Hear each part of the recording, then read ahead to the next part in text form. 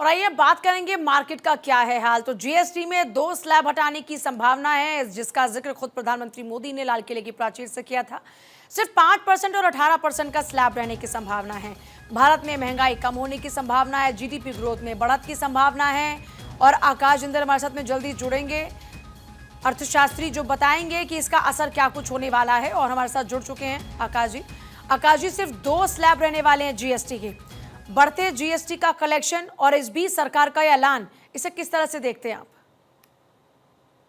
बिल्कुल आपने सही कहा। सबसे पहली बात आपने सही कही है कि जीएसटी कलेक्शन लगातार बढ़ रहा है and there is data to substantiate that. April 2025 we had a collection of 2.36 lakh crore।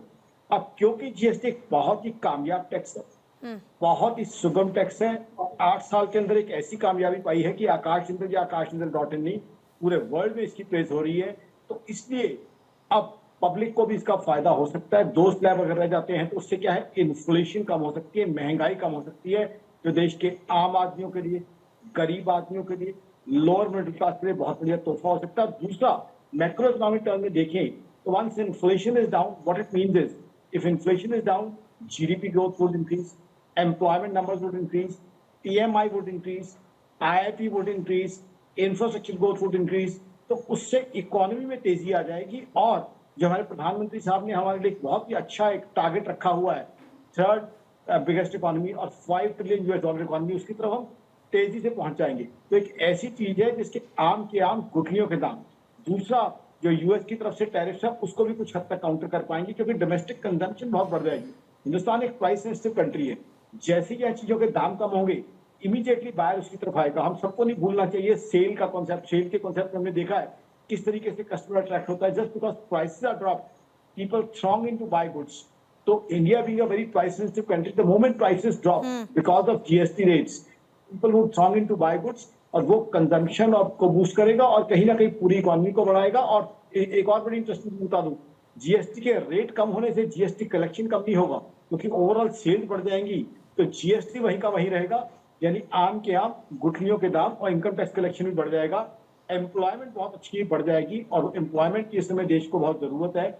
India के इतने सारे यूथ हैं जो टैलेंट है, तो उनको अच्छी एम्प्लॉयमेंट मिल जाएगी, मैन्युफैक्चरिंग बढ़ जाएगी।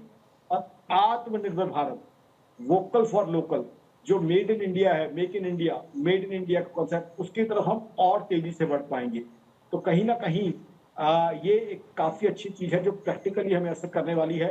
बिल्कुल मैं इस चीज से सहमत हूँ कि ये डबल दिवाली हमारी सेलिब्रेट कर सकती है, ना सिर्फ आम आदमी के एंगल से बल्कि इकोनॉमी के एंगल से भी ये दिवाली का तोहफा हो सकता है।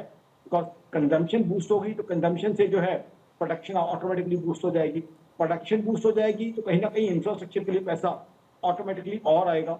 कहीं ना कहीं आज जो जियोपॉलिटिकल सिनेरियो चल रहे हैं उसके अंदर डोमेस्टिक कंजम्पशन हम बूस्ट कर लेते हैं तो ग्लोबल बार्गेनिंग पावर भी हमारी कहीं ना कहीं बढ़ती है, सेल्फ सफिशिएंसी भी बढ़ती है, डोमेस्टिक डिमांड जिसकी हम हमेशा बात करते हैं जी। वो कहीं ना कहीं स्ट्रांग होती है। दूसरी जो रशिया यूक्रेन वॉर खत्म होने की बात हो रही है, जो ट्रंप पहल कर रहे हैं, अगर वो खत्म हो जी। जाती है तो वो भी इंडियन इकोनॉमी के लिए काफी अच्छा है, बिकॉज ग्लोबल इकोनॉमी में उससे क्या है काफी राहत की सांस मिलेगी और इंडियन इकोनॉमी को भी काफी फायदा मिलने की संभावना है, क्योंकि यूरोप में इन्फ्लेशन कम हो जाएगी जाहिर तौर पर। और हिंदुस्तान में यूरोप से काफी बहुत शुक्रिया सर डोमेस्टिक जुड़ने के काफी लिए, और ये पूरी जानकारी हमारे दर्शकों तक पहुंचाने के लिए।